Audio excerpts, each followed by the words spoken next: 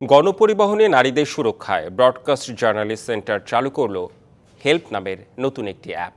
এই অ্যাপের মাধ্যমে নারীরা গণপরিবহনে যে কোনো যৌন হয়রানির ঘটনা রিপোর্ট করা ও জরুরি সহায়তা পেতে পারবেন।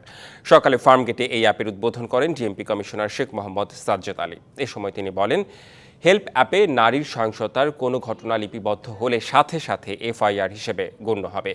একই সঙ্গে তিনি বলেন, নারী নির্যাতনের যেসব ঘটনা মিডিয়াতে আসে মূল সংখ্যা তার থেকে অনেক বেশি। একই সঙ্গে রাজধানীতে চলাচল করা বাসগুলোতে প্রচুর যৌন হেনস্থার ঘটনা ঘটে বলেও জানান তিনি। প্রথম পর্যায়ে পাইলট প্রকল্প হিসেবে এই সেবাটি বসিলা থেকে সায়দাবাদ রুটে বাস্তবায়ন করা হবে।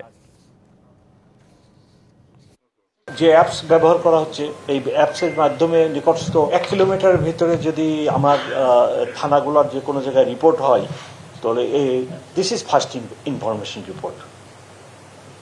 অ্যাপসের মাধ্যমেও যদি আমার থানায় রিপোর্ট হয়ে যায়, we consider this is FIR. উৎসবের খুশি হবে নগদে বেশি, কারণ ঘন্টায় ঘন্টায় আছে গিফট জেতার সুযোগ।